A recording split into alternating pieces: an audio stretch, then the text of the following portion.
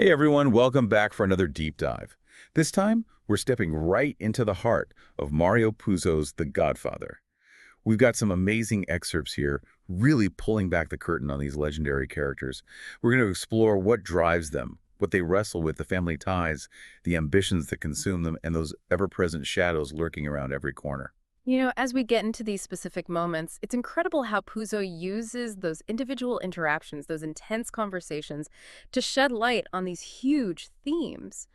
Loyalty, the almost addictive nature of power, and the agonizing choices these characters are forced to make. You can almost feel the weight of it all. Absolutely. So let's jump right in with Johnny Fontane. Right off the bat, we find him in this incredibly vulnerable state.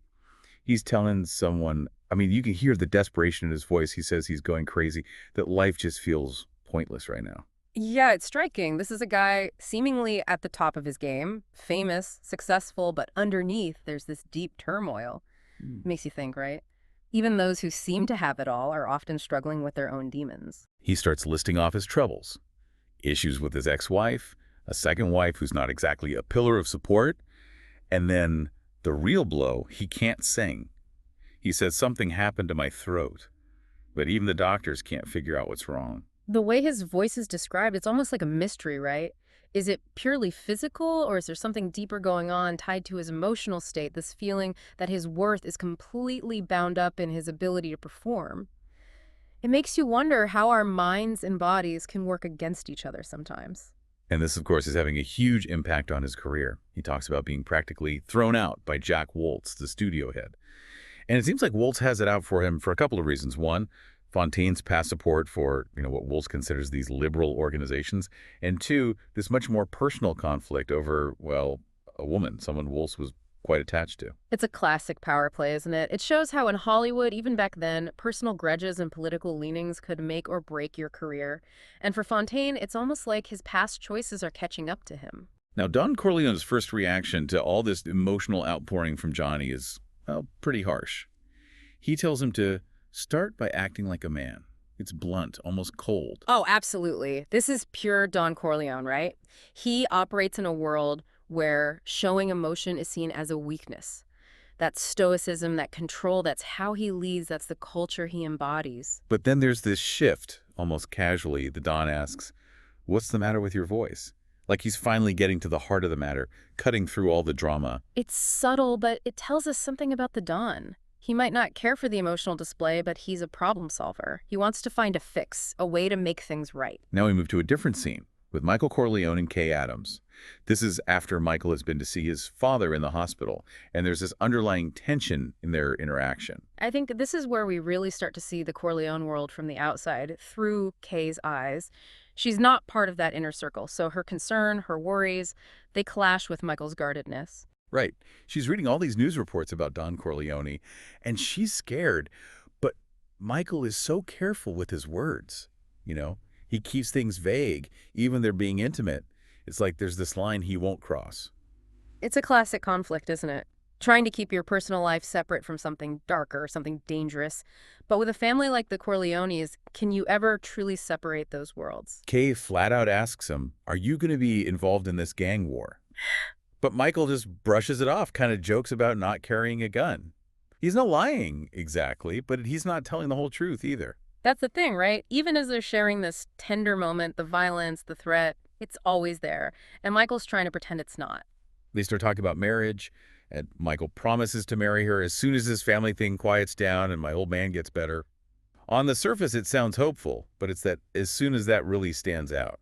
Exactly. Their future is completely tied to this unpredictable, volatile situation with his family. It's a bit of foreshadowing, don't you think? This sense that their relationship might always take second place. Then there's this moment where Michael tells Kay exactly what to tell her parents. Yeah. Just say that you've met a brave, handsome guy of Italian descent, top marks at Dartmouth, distinguished. I mean, it's almost comical, right? This carefully crafted image that's so far from the truth. It's Michael trying to present this sanitized version of himself, trying to fit into Kay's world, but it's all a performance. It's that duality again. We get this little anecdote now about Police Sergeant McCluskey and his son Mark. Seems like a simple story, but it actually says a lot about how power and influence work, even on a small scale. Sometimes those seemingly insignificant stories can be the most revealing, you know? This one shows how, from a young age, Mark is being exposed to this system of favors, this understanding of how relationships work. So McCluskey Sr., he'd take his 6-year-old son around to all the storekeepers in the precinct. And these store owners, they'd give the boy money, like a sign of respect. It's transactional, isn't it? The store owners, they're probably trying to stay on the good side of the police. It's like a subtle form of insurance. And what's interesting is how the father handles this. He puts most of that money away for Mark's college, just gives him a little allowance. The whole thing is described as a lesson. Like Mark was being shown the ropes. Right. He's learning by watching, by observing these unspoken rules. He's starting to understand the advantages his father's position brings and how to manage those advantages. It's all very calculated. Okay, back to Johnny Fontane. He's in Hollywood now with this woman named Sharon. And their whole exchange really shows how fragile his ego is, how much he's struggling. Yeah, there's this stark contrast between the public image, this successful star, and the private reality, this insecure man who feels like he's losing his grip. Sharon's teasing him about not listening to his own records, not singing, and he just brushes it off. Says his voice is out of shape, that he's sick of hearing myself sing. It's all a facade. The fact that he can't even stand to hear his own voice, it shows how deep this wound goes.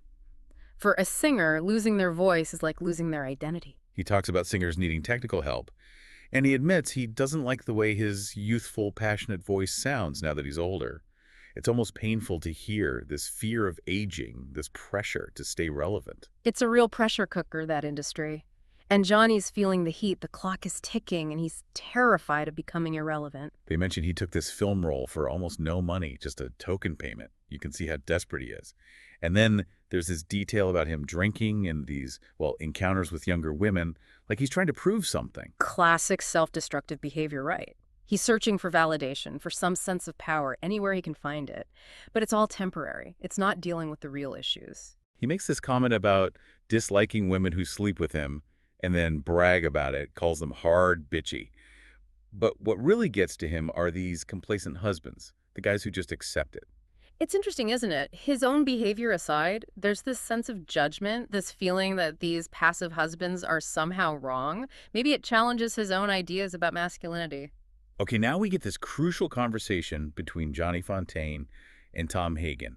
It takes place at Johnny's house, and there's this definite chill between them, left over from some past incidents where Hagen had to clean up Johnny's messes. Hagen's always stuck in the middle, isn't he? He's the Don's right-hand man, and he has to balance loyalty to the family with dealing with, well, let's say, difficult personalities. Hagen's there on the Godfather's orders to help Johnny, but Johnny's completely focused on his movie. He thinks if it does well with audiences, it doesn't matter what Waltz tries to do. He's underestimating someone like Waltz, I think. And maybe he's forgetting who he's dealing with. The Corleones, they play a different game. Hagen very carefully brings up the Academy Awards. It's almost like he's leading Johnny toward what the Don really wants. Hagen's the lawyer, the strategist. He understands the value of an Oscar, the influence it brings, probably way more than Johnny does. Things get tense when Johnny makes this offhand remark, insulting the Corleone family. Hagen's whole demeanor changes instantly. Don't mess with the Corleones, that's Hagen's message.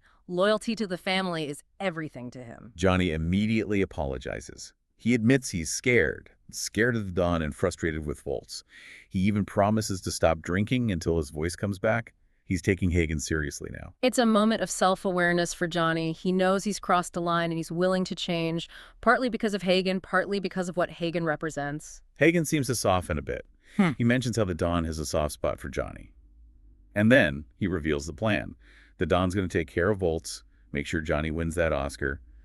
But he wants more for Johnny. He wants him to become a producer. The Don's playing chess, not checkers, right? He's not just fixing a problem, he's setting Johnny up for the long term, bringing him closer into the fold. Johnny can't believe it, this idea of winning an Oscar. And Hagen's response is classic. He basically says, if the Don wants it to happen, it happens. No question. Power. Pure, simple power. The Corleones, they can reach into any world, even Hollywood, and get what they want. There's this quick scene where Johnny calls Nino Valenti, offers him a plane ticket, some money, to come stay with him.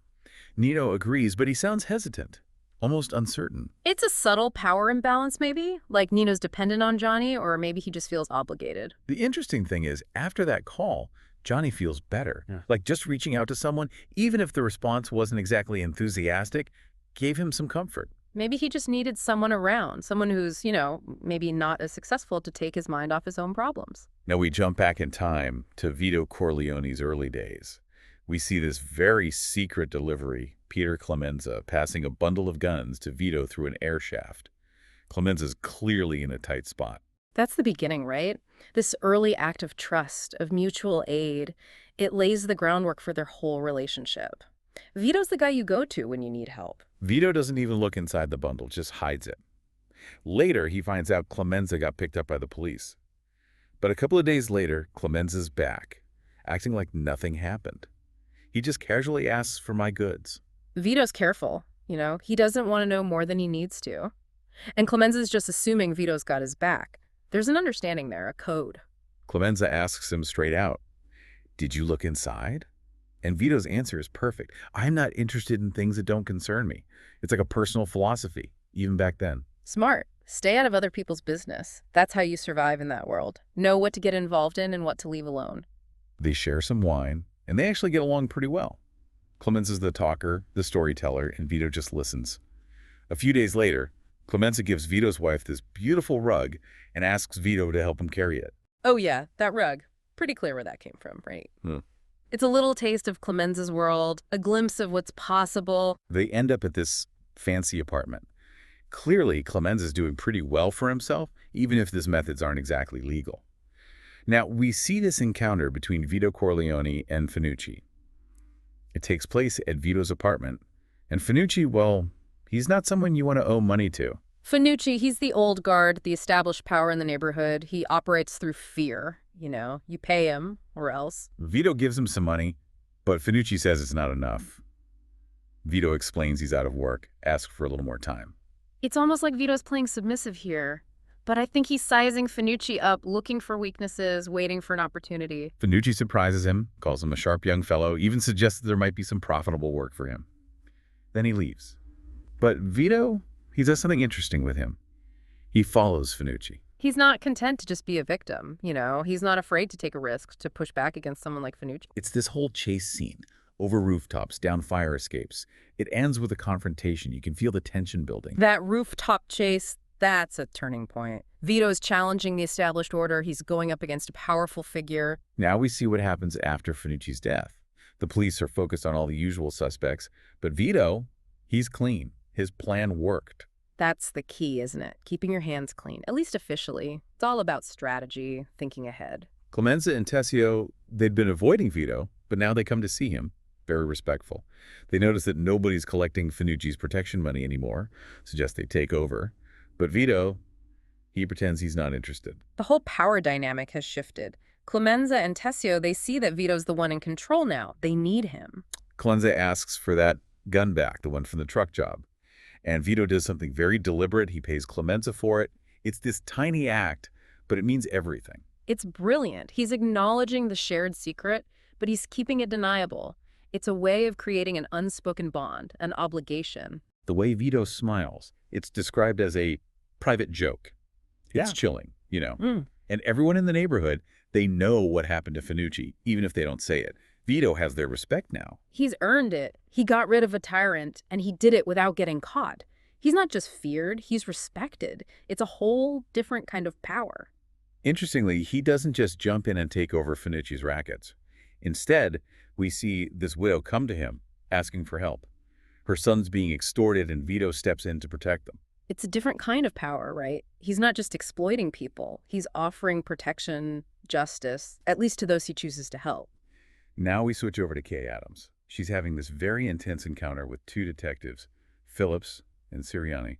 They're grilling her about Michael Corleone. Poor Kay. She's caught in the middle. She loves Michael, but now she's facing the consequences of his actions, the reality of his world. She's denying everything, even though she's seen the news about the police captain and Salozzo.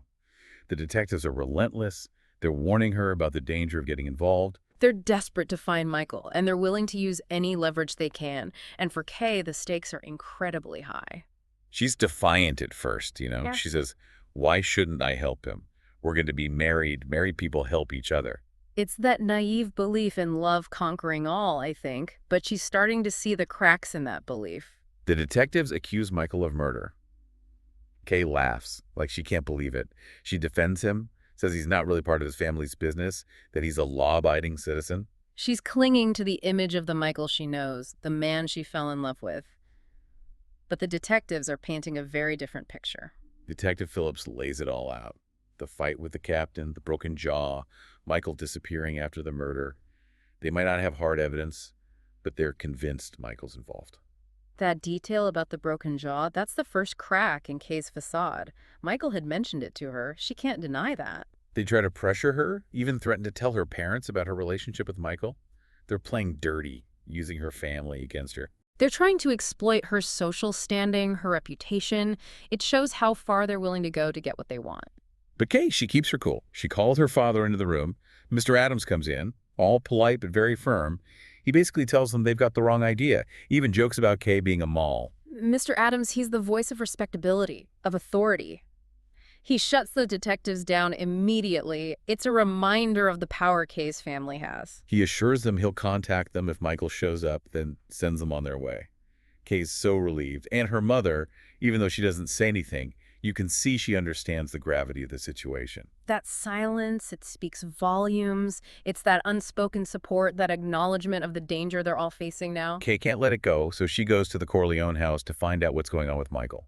She confronts Tom Hagen directly. She's going right to the source, even though she knows they're not going to be honest with her. Hagen tries to feed her this story about Michael being scared, running away from false accusations.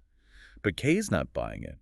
She asks him about the broken jaw. Hagen, he's a master of deception, but he can't lie about the jaw. Kay's got him there. She tries to give Hagen a letter from Michael, but he refuses. Says it can be used against them. He's protecting the family, not Kay. He's thinking like a lawyer, always assessing the risk, and for him, the family's safety comes first. Then she runs into Michael's mother, Mrs. Corleone. Even though her English isn't great, she's surprisingly warm. To Kay, insists she eat something. It's an interesting contrast to Hagen's coldness. Mrs. Corleone, she has a different way of handling things. When Kay asks about Michael, Hagen jumps in again, but Mrs. Corleone gives him this look, like she's in charge. She says Michael's fine, but that he's getting old, getting foolish for letting something like this happen. It's cryptic, but it's like she knows more than she's saying. You get the sense she knows exactly what Michael's done, but she's not going to betray him. Family first, always. Then, out of nowhere, she tells Kay to forget about Michael. Says he'll be in hiding for years, that she should find someone else. She even takes Kay's letter, even though Hagen tries to stop her. Her last words are, "You forget about Mikey, he no the man for you anymore." It's like a judgment, you know. Mrs. Corleone's being pragmatic. She knows the life Michael's chosen, and she knows Kay doesn't belong in that world. Kay goes home, and it hits her. Michael's own mother basically told her he's a murderer. It's this realization that everything's changed, that Michael might be someone she doesn't even know. It's a turning point for Kay, a moment of brutal honesty. The illusions are shattered, and she's left to deal with the consequences. Now we're back with Johnny Fontane again. He's talking to Jules Segal, and he's still trying to blame his voice problems on getting older. He's in denial, big time. He can't face the possibility that something might be seriously wrong. He'd rather cling to this idea that it's just age. Jules suggests seeing a doctor, and Johnny gets all defensive. Says he's seen the best specialists, and they all said the same thing. It's classic avoidance. He doesn't want to hear anything that contradicts what he wants to believe. Jules keeps pushing, asks when he last saw a specialist. Turns out it was about 18 months ago. Johnny also gets really protective of his regular doctor, this Dr. James Tucker. That defensiveness, it's like a shield. He's surrounded himself with these people who are telling him what he wants to hear, whether it's true or not. Jules makes this little dig about Dr. Tucker, and Johnny gets mad. Then Jules compares him to Carmen Lombardo, and it's Nino Valenti who finds it funny. He's there in the morning, already drinking. It's a dark kind of humor, isn't it? And it shows the kind of atmosphere Johnny's surrounded by, the cynicism, the sense that everything's a joke. All right, now we shift gears completely. We're going to Sicily, to Michael Corleone's exile. He's been there 5 months, and it's been a transformative experience. This is where Michael really comes into his own, you know? He's away from everything he knows, immersed in his family's history. It changes him. He starts to understand his father in a new way, to see his own future more clearly. He finally gets what the Don meant when he said, "A man has only one destiny." He's absorbing the culture, the values, the whole mindset that shaped his father. It's like he's finally understanding where he comes from. He also learns about omerta, the code of silence, and this deep Sicilian distrust of authority. The book even talks about how the mafia came about as a form of resistance. It's crucial context. Omerta, it's not just about protecting criminals, it's about survival, about defiance against a system that's always trying to control you. So Michael ends up in this province run by the mafia. He stays with Don Tomasino's uncle, Dr. Taza. Don Tomasino is described as being old school, is against drugs, against prostitution. It's like he represents a more traditional, maybe more honorable way of doing things, a way that's being lost, maybe. Dr. Taza, he's a character. He goes to prostitutes, but he's also obsessed with books. People think he's foolish because he likes to talk about literature with these illiterate peasants. Even in this rigid world, there are these eccentrics, these people who don't quite fit the mold. It adds a layer of complexity. Michael spends his evenings with them, learning about the history of the mafia, all these local stories. It's quite an education. Yeah, it's a different kind of education than he got at Dartmouth.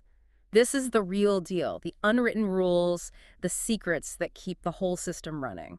One day, Michael asks about this beautiful girl he saw, the one with the curly dark hair. The cafe owner pretends he doesn't know who he's talking about, but then Fabrizio figures it out, and the father gets furious. You don't mess with a man's daughter in Sicily. It's a matter of honor, of reputation. Michael learned that the hard way. The cafe owner comes back with these two shepherds like they're going to start something. But then Michael gives them this Corleone stare, and they shut up fast. He's got that presence. That stare, that's pure power. It's a way of communicating without saying a word. And in that world, it means everything. But then Michael does something surprising. He apologizes, says he didn't know the customs. The cafe owner, his name is Signor Vitelli, he's impressed. He invites Michael to his home. Michael's smart. He knows when to back down, when to show respect, and it works. He turns a potential enemy into, well, maybe not a friend, but at least someone who's willing to listen. Vitelli finds out who Michael is, and he sees an opportunity. He thinks his daughter's beauty will bring him good fortune, and he figures having Michael around will scare off other guys. It's about social climbing, about securing his daughter's future. He's playing the game, too. They send Michael off with some wine, and one of the shepherds pays for it without anyone saying anything. It's like a subtle sign of respect for Michael. It's all about these little gestures, these unspoken rules, and Michael's starting to pick up on them. Michael forgets all about his hike. He hires a car to go back to Corleone. Dr. Taza says Michael's been hit by the thunderbolt, meaning he's fallen in love. Don Tomasino's not so romantic. He wishes the Palermo Mafia would get hit by lightning. Different priorities, right? Taza's thinking about love, while Tomasino's worried about the bigger picture, the power struggles. Michael tells Don Tomasino he wants to court Apollonia, that he's going to marry her. Don Tomasino's not happy about it. He feels responsible to Michael's father. He's stuck between his loyalty to the Don and Michael's stubbornness. It's a tough spot to be in. Michael's persuasive, though. He even uses his own father as an example, this idea that he's just as stubborn. Don Tomasino finally gives in. He knows Apollonia's family is good, and he understands the consequences if Michael disrespects them. Michael knows how to play the game. He appeals to Tomasino's sense of duty, his understanding of family honor. It's a smart move. Michael pretends to be worried about not being good enough for Apollonia, about not having enough money, not having a car. Tomasino takes care of everything. It's all an act, really. He's laying it on thick, but it works. He gets what he wants. He's got Don Tomasino wrapped around his little finger. So Michael gets an Alfa Romeo, buys gifts for Apollonia and her family. He spends his nights thinking about her. He shows up at her village on Sunday, ready to make his move. He's moving fast. This whole courtship, it's like a whirlwind. He's swept away by his feelings for her. He meets her family, and they seem well off. Apollonia's not there at first, but he goes through all the formal introductions, gives them the gifts. It's all very proper. It's tradition, right? You don't just show up and ask for a girl's hand in marriage. There's a whole ritual, a whole set of rules. Then Apollonia comes in, and Michael's smitten. Her father gives his blessing, and they get engaged right away. It's a love story, at least for now. It's romantic, but there's this sense of foreboding, this happiness. It feels too good to be true. Their early marriage is idyllic. Picnics, drives in the Alfa Romeo. But then Don Tomasino warns Michael that people are starting to figure out who he is. He needs to be careful. The danger's never far away, is it? Even in this secluded paradise, the outside world is encroaching. They have to bring in guards, confine themselves to the villa. Michael teaches Apollonia English teaches her to drive within the walls. Their world gets smaller. That confinement, it's a metaphor, right? It's the price of their love, the price of Michael's family. Freedom's an illusion. Don Tomasino's getting more and more worried about the new Palermo Mafia. Then, their servant, Filomena, she recognizes Michael. She knows who he is, and she tells him this horrifying story about Luca Brasi. That story, it's a punch to the gut. It brings the violence, the darkness of Michael's world, right into his sanctuary. She describes being forced to be with Brasi, how he acted, how he confessed to killing a baby, then he tortured her, burned her breasts with a knife. It's brutal. This is the monster in the shadows, the true face of the Corleone family. Brasi, he represents the darkest impulses, the things they try to keep hidden. She tells how she stabbed him, how they paid her to keep quiet, how Brasi got arrested for killing the baby's mother. She confessed to Don Corleone, and he made her keep quiet too. Brasi tried to kill himself in prison, but the Don got him out. It's this whole web of complicity. The Don. He protected Brasi, even after all that. It shows the moral compromises, the twisted logic of that world. Loyalty trumps everything. Filomena's life is ruined. Her husband wastes all their money, and she ends up as a servant. But she's still grateful to the Don for protecting her. Yeah. In a way. It's messed up, you know? It's the Stockholm syndrome of the mafia. Right. You're terrified of them, but you're also dependent on them. There's no escape. Michael's shaken by her story. Don Tomasino confirms it's all true. It's like Michael's getting a crash course in the true nature of the family business, the violence that underpins everything. He can't hide from it anymore. He's seeing the dark side, the consequences of the power his family wields. Then the unthinkable happens. Michael's making plans to move, but Apollonia wants to visit her family. Michael notices Fabrizio looking at her, and he gets this cold look in his eyes. He tells Fabrizio that Apollonia will come later. Those little details, they're like warning signs, right? The tension's building and you just know something bad's gonna happen. Apollonia makes Michael breakfast. Filomena says goodbye. Kello tells Michael that Apollonia is waiting in the car, excited to drive. It's a special treat, you know. Michael doesn't usually let her drive. It's almost like they're tempting fate, you know? It's this moment of happiness, of normalcy, right before everything goes to hell. Michael tells Kello and Fabrizio to stay in their car. He goes to get his bag, and then he sees it. The car is parked by the portico, Apollonia at the wheel, and then, boom, the car explodes. That explosion, it's the end of innocence, the end of Michael's brief taste of happiness. It's a brutal reminder of the world he's in. He runs to the car, pulls her out, but it's too late. Don Tomasino gets there fast, and he knows. The bomb was meant for Michael. Fabrizio's gone. It was a setup, a betrayal, and Michael, he's lost everything. It's going to change him forever. We jump ahead now to after Michael's back in America. Kay calls the Corleone house, and Mrs. Corleone answers. She just casually mentions that Michael's been home for 6 months. Kay's devastated. The Corleones, they don't care about Kay's feelings. She's an outsider. They do what they want, and they expect everyone else to just deal with it. Kay's hurt, angry. She can't believe they kept her in the dark for so long. Then, Mrs. Corleone does this unexpected thing. She invites Kay to come see Michael right away. Even offers to pay for a cab. It's hard to say what her motivation is, you know, maybe she feels guilty or maybe she's